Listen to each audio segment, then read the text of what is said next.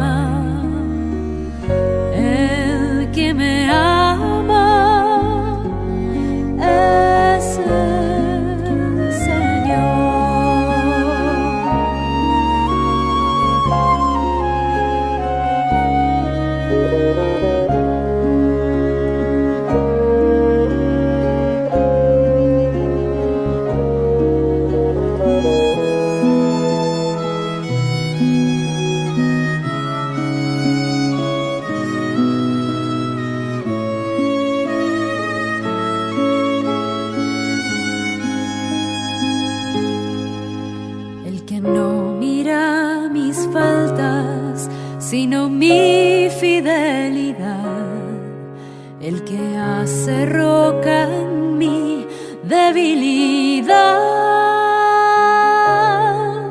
aquel que lo sabe todo, pero vuelve a preguntar, el que hace fiesta al verme regresar. Es el fuego que me quema, es el gozo que me llena, es la fuerza que ni yo puedo explicar. Es el Señor, es el Señor. ¿Acaso no arde nuestro corazón? Es el Señor, es el Señor,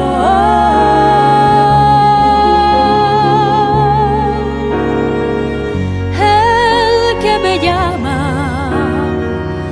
el que me ama, es el Señor.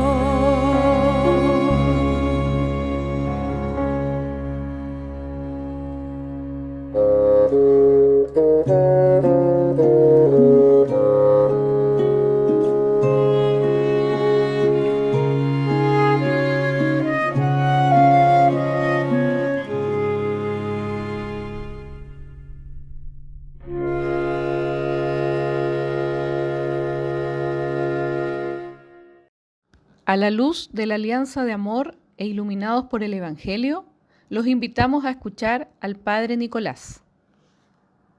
Algunas palabras a modo de introducción.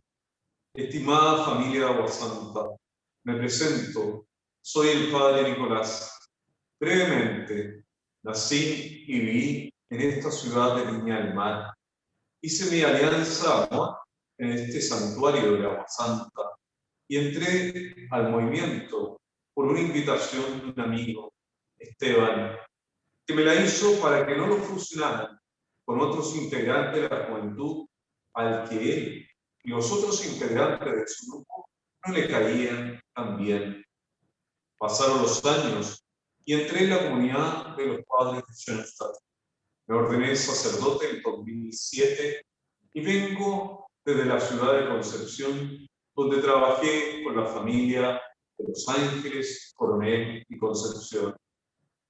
Aquí estamos reunidos en forma online, como si no fuera presencial, Cada uno de ustedes no es un holograma, sino una realidad única que no se conectó automáticamente, sino que cada uno de nosotros tomó la decisión de conectarse y darle un sí a cultivar esa pertenencia con una comunidad viva, la familia de Schoenstatt, que peregrina en estos momentos espiritualmente al santuario de Schoenstatt, de Agua Santa, cenáculo de fundación.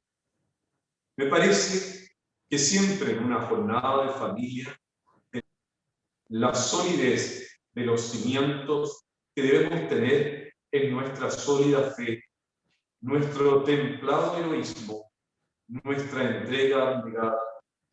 Los cimientos son lo primero que se construyen. De ellos depende el resto de la obra. Los cimientos no se ven, están bajo la tierra, pero son los que sostienen todo el edificio. Si nosotros queremos llamarnos fundadores, debemos corresponder a las gracias de la Madre tres veces admirable, con el espíritu de la magnanimidad que los congregantes héroes nos dieron como ejemplo. Entreguémonos confiadamente en sus manos, dándonos enteramente. Ella nos revestirá de su poder, dando fuerza a nuestro brazo y temple a nuestro corazón.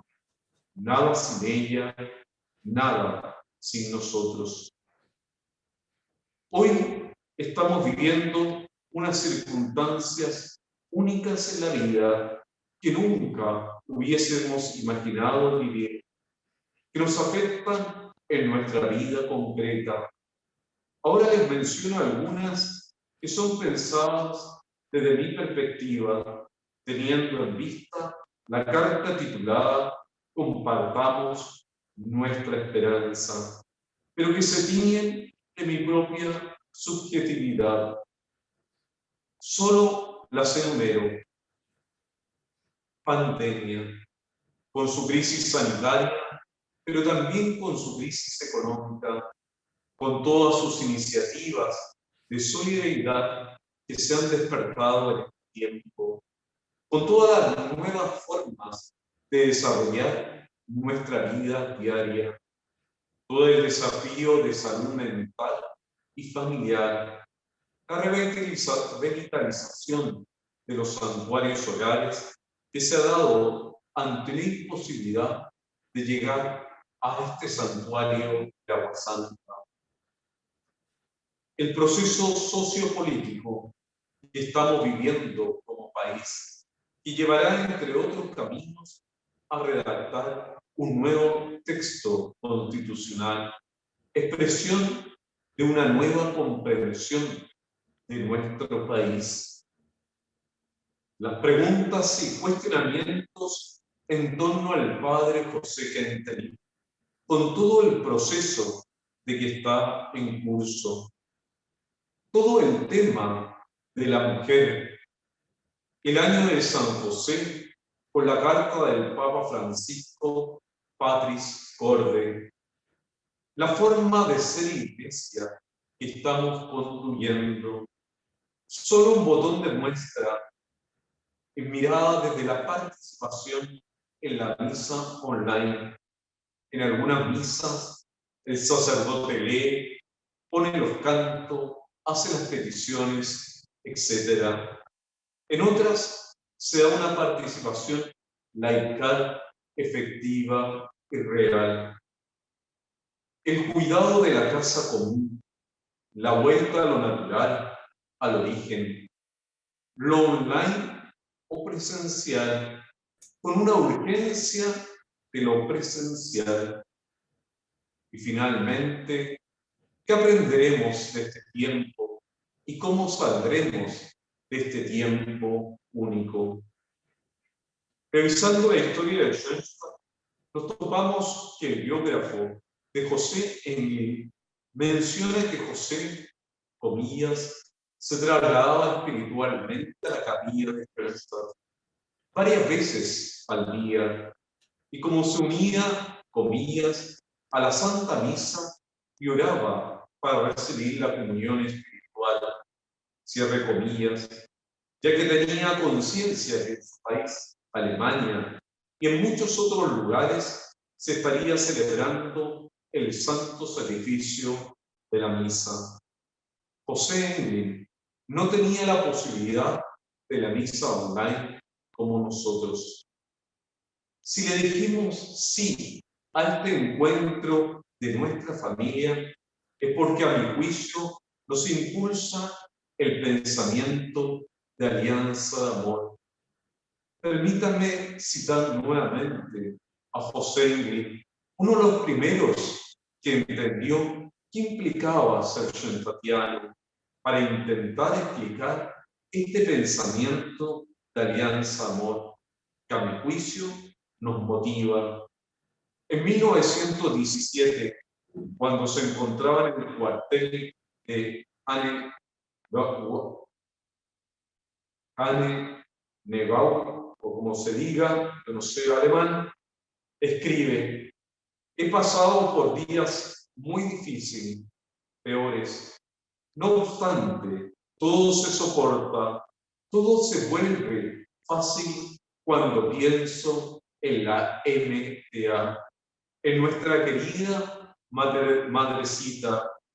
Esto lo he experimentado especialmente en los 3 primeros días de esta semana, al pensar en ella, y en vez de regañar y quedarme con los demás, recordé su bondad y su amor.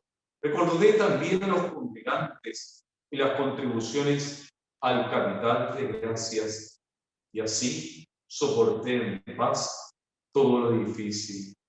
Cierra comillas. ¿Cómo no traer a nuestra memoria la oración aseméjanos a ti, al escuchar estas palabras de José Englin?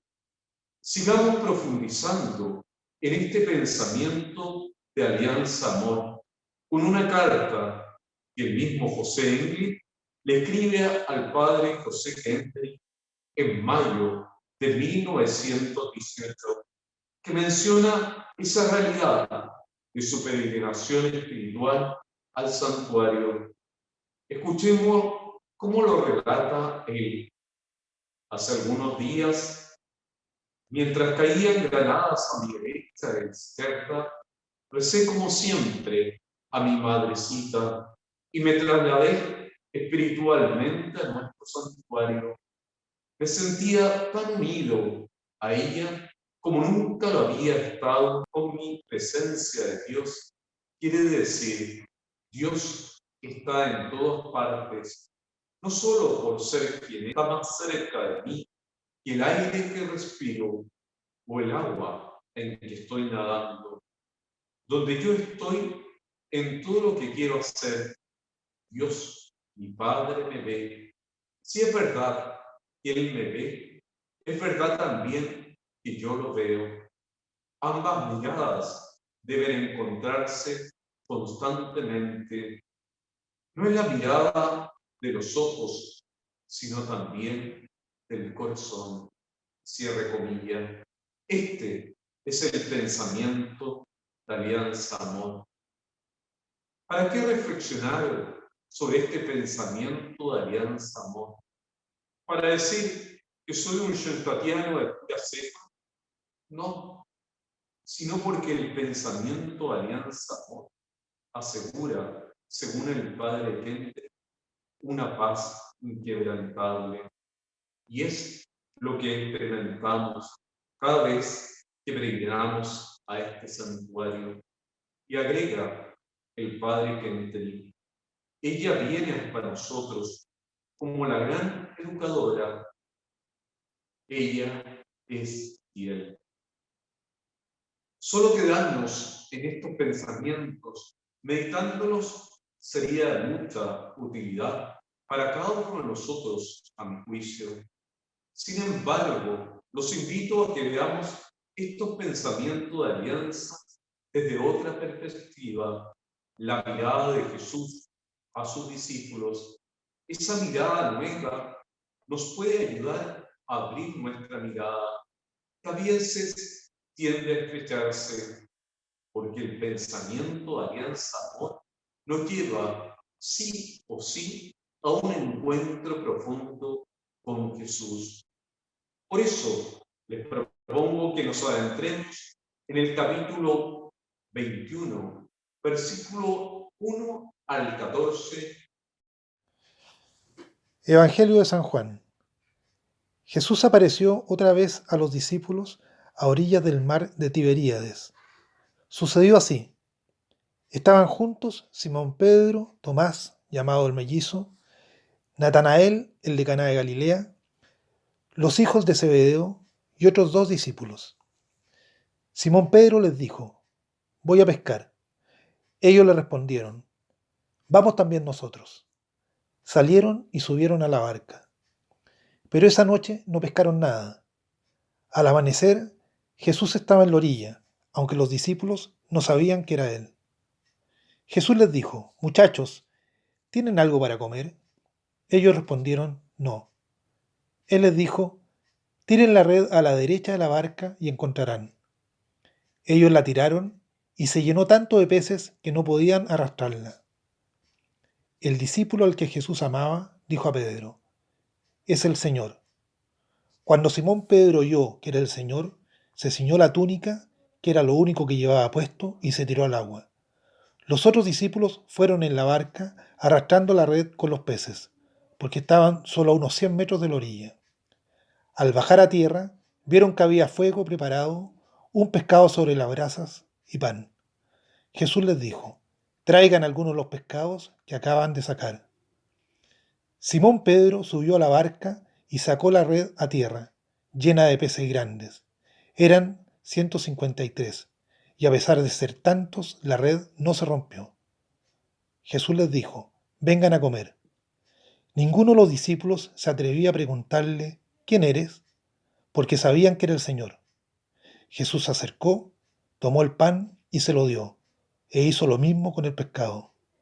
Esta fue la tercera vez que Jesús, resucitado, se apareció a sus discípulos. Observando más detenidamente este pasaje evangélico, nos encontramos que es una aparición de Jesús resucitado, que Jesús se aparece a sus discípulos, que los discípulos de buenas a primera no reconocen a Jesús, que los discípulos habían ido a pescar por iniciativa de Pedro y que le fue, como vulgarmente se dice, como el ajo. Que Jesús resucitado hace un milagro de una nueva pesca milagrosa. Y Juan, al percibir el milagro, le dice a Pedro: es el Señor. Expresión de Juan que lleva por nombre nuestra jornada de familia, ya que también deseamos tener la mirada de Juan para reconocer a Jesús. Ni quiero a ese Jesús del madero, sino al que anduvo en el mar. Muchas veces nos entusiasmamos con el Jesús de los milagros, de las grandes palabras. Jesús no nos salva por medio de milagros o bellas palabras, sino por morir en la cruz y resucitar, ya que se hace Salvador y Redentor nuestro en el dolor. Por eso tenemos la esperanza y la experiencia que Jesús nos acompaña a cada uno de nosotros en las diversas circunstancias. En el documento Gaudium et Spes del Concilio Vaticano II se señala: el Hijo de Dios, con su encarnación, se ha unido en cierto modo con todo hombre. Trabajó con manos de hombre, pensó con inteligencia de hombre, obró con voluntad de hombre, amó con corazón de hombre, para ver esa perspectiva de ese pensamiento de alianza-amor, que a mi juicio está envuelto en este pasaje evangélico. y que se haga vida en la vida de cada uno de nosotros. Ojalá que con estos comentarios míos, este pasaje evangélico, ustedes lo logren captar, ese pensamiento de alianza, de amor envuelto en él. Por eso, algunas pistas para profundizar en este pasaje evangélico. Se nos dice que es la tercera aparición de Jesús a sus discípulos. Las dos anteriores son en la habitación de arriba, el cenáculo. La primera en la habitación con las puertas cerradas por miedo a los judíos. Y la segunda, el encuentro de Jesús con Tomás, que contemplamos el domingo pasado. Esta es la primera aparición de Jesús en el exterior y en el lago de Tiberíades. El evangelista no cuenta para su cálculo la aparición a María Magdalena, tal vez porque ninguno de los discípulos le creyó a María Magdalena lo que decía. Constato impresionado cómo Jesús va al encuentro de los discípulos. No son en primer lugar los discípulos que van al encuentro de Jesús, sino que Jesús sale al encuentro de ellos, se hace encontradizo con ellos. Constato que me vuelve a impresionar la fidelidad de Jesús con estos discípulos, que hace pocos días estos discípulos lo han traicionado y huido en el momento de la cruz. Él vuelve a buscarlos, su palabra y opción por ello es eterna. No se desvanece por las infidelidades de sus discípulos. Constato que Jesús sabe dónde encontrar a sus discípulos, en la pieza de arriba, a orillas del lago, o en el caso de María Magdalena, en el huerto. Los discípulos estaban en esa labor de pescadores. Eran 7 y no los 10. Por lo tanto, faltan 3. Constato que la no presencia de Jesús nos hace volver a sus antiguas andanzas. Experimenta la incertidumbre que hacer ahora, sin la presencia permanente de Jesús, como ellos estaban acostumbrados a tenerla, sumado a la poca certeza que experimentan de ese Jesús que se les aparece, que sea el mismo que anduvo en el mar. Esas apariciones de Jesús no les dan el arrojo para proclamar abiertamente a Jesús frente a otros. También no les ha ido tan bien en esa proclamación, por ejemplo, a Tomás. Solo harán esa proclamación a todos después de Pentecostés. Con esa fuerza del Espíritu Santo no temerán ni la cárcel ni la muerte por proclamar a Jesús. Como nos dice los Hechos de los Apóstoles en boca de Pedro y Juan, no podemos dejar de decir lo que hemos visto y oído. Constato que la ausencia de Jesús nos hace disgregarse como comunidad, nos hace perder su núcleo y fundamento de comunidad. Constato que el llamado a construir comunidad es con los que Jesús quiere y llama, no con los que los discípulos desean. Estos pescadores han pasado toda la noche pescando sin éxito alguno. No han pescado nada. Han vuelto al suyo, están haciendo las cosas a su manera y no al modo de Jesús. Constato que el hacer las cosas a su manera no les trae ningún éxito, sino más bien el fracaso y la frustración. Constato que a veces tanta planificación no es el camino para construir. Solo pensemos cuántas planificaciones se nos han caído con esta pandemia, con el paso a paso, constato cómo al parecer la invitación de Dios es ir a principios últimos y desde allí usar toda nuestra creatividad. Constato que el desafío siempre está en cómo descubrir la pista de Dios providente y no mi pista. Es el bello ejercicio de la fe práctica y la divina providencia para seguirle la pista a Dios. Al amanecer, al romper la claridad del día, se aparece Jesús resucitado. Ellos no habían estado con él durante toda, ellos que habían estado con él durante toda su vida pública, no lo reconocen.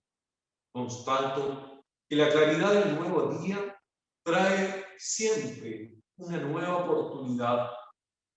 Y esos discípulos, por estar sumidos en su fracaso, no ven esa nueva oferta de la gracia de Dios.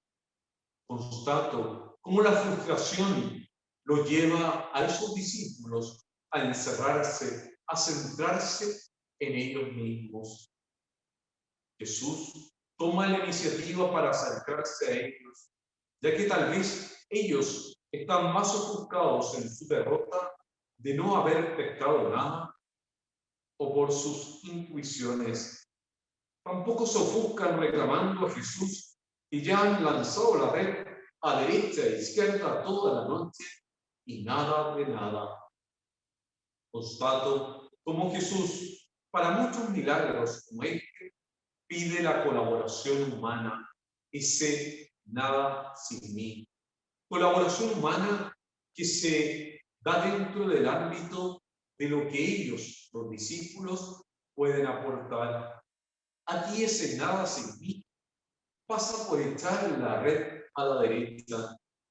Constato que es importante ver que el milagro no se da sin la colaboración humana, sin ese nada sin mí. Constato que a los discípulos le debe costar no ser los que guían, que terminan las acciones que llevan a cabo, sino dejar que Jesús tome el timón de la barca, el timón de sus vidas. Es tal vez el primer paso de confianza de los discípulos para reconocer a Jesús. Juan, el discípulo amado, es el que reconoce a Jesús y le dice a Pedro: es el Señor. Constato que muchas veces algunas personas me indican a mí, al Señor. Son esos Juanes que hacen que mi vida recupere el norte, que retome el sendero de la vida en plenitud. Constato que es significativo a mi juicio que el que reconoce a Jesús es el que se autodefine como el discípulo amado, como diciéndonos que solo con los ojos del amor hay una posibilidad de reconocer al otro y mirarlo como lo mira Dios. Los ojos que solo miran el exterior se quedan en la apariencia. Solo con los ojos del amor logramos mirar el interior de la persona. Pedro, ante esta confesión de Juan, se lanza fuera de la barca y va al encuentro de Jesús. No duda, no cuestiona, sino como si se le cayera el velo de sus ojos, y reconociendo ahora a Jesús. Constato que es bonito pensar que Pedro, cada vez que tiene la oportunidad de ir al encuentro de Jesús, va en el acto. Pedro debe haber recordado que hace algunos días atrás se le invitó a calentarse en esa fría noche de Viernes Santo, y en las cercanías de ese fuego, Pedro negó a Jesús 3 veces antes que cantara el gallo. Constato que los espacios físicos pueden ser para elevarnos o para hundirnos, y eso depende de las decisiones de libertad de cada uno de nosotros. Tomemos. Constato cómo Jesús prepara el encuentro con Él. Es bonito pensar que Él prepara el encuentro con Él con anticipación. A veces pasamos de largo y no percibimos que Jesús está preparando un encuentro conmigo. Arrastrar las redes de la pesca milagrosa a la orilla del lago. Era una pesca abundante, 153 pescados. Y el evangelista agrega que la red no se rompe. Constato que pueden pasar por ser detalles anecdóticos. Sin embargo, siempre en los milagros de Jesús vemos una sobreabundancia, como por ejemplo el agua convertida en vino en la más famosa de todas las bodas. Para mí es bonito pensar que la gran cantidad de peces no rompió la red. Es como la cantidad de agua no hace daño a las tinajas cuando se convierte en vino. Es como si sutilmente ratificara que la gracia no destruye la naturaleza, sino que la presupone, la sana, la eleva y la perfecciona. Los que no reconocen a Jesús en principio no se atreven a preguntar de qué milagro, la declaración de Juan a Pedro diciéndole que es el Señor, la actitud de Pedro de salir de la barca e ir al encuentro, el desayuno preparado por Jesús con esos panes y esos peces, lo lleva a revelar que Jesús, ese hombre que les preguntó si tenían algo para comer, que no habían tenido nada y ahora lo tienen todo junto a Jesús. Constato que hay momentos únicos en nuestra vida que atesoramos en el corazón, porque nos hacen existir plenamente. Por ejemplo, el momento en que sellamos nuestra alianza de amor, o cuando le propusieron a alguno de ustedes matrimonio a sus esposas, o cuando los abuelos vieron por primera vez a su nieto, o cuando los papás escucharon por primera vez ese nombre, papá, mamá, y un largo etcétera. Ahora los invito a volver a ese pensamiento de alianza-amor con que comenzaba estas palabras, el pensamiento de alianza-amor que nos hace ser familia, que nos hace volver con nuestro corazón a este santuario, que nos lleva a un encuentro más profundo con Jesús resucitado. Ese pensamiento de alianza-amor se expresa en la realidad que cada uno de nosotros nos toca vivir, y la vivimos desde la alianza-amor que hemos sellado con nuestra querida Madre. Gracias por su atención. Y si en algo les sirve todas estas palabras que he dicho para su vida de alianza, agradezcanselo al Espíritu Santo. Agradezcanselo a ella que implora siempre para nosotros el Espíritu Santo. Por eso, concluyendo, con temor y temblor, me atrevo a formular las preguntas que aparecerán a continuación en su pantalla. Muchas gracias. Luego de escuchar las palabras del Padre Nicolás, los invitamos ahora a compartir en grupos las siguientes preguntas. ¿Qué desayuno nos prepararía Jesús a nosotros como rama o corriente? ¿Qué nos enriquece este pasaje evangélico a la vida de nuestra rama o corriente?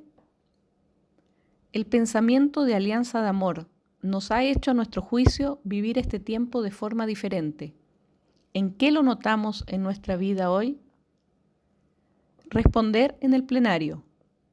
A la luz de lo conversado esta mañana, exprese en una frase, ¿qué compromiso hago hoy con mi alianza de amor? Cada grupo estará conformado por 6 conexiones de forma combinada. Se sugiere sacar una foto a las preguntas. recordar el número de sala asignada. Para ingresar a la sala, apriete el botón Entrar.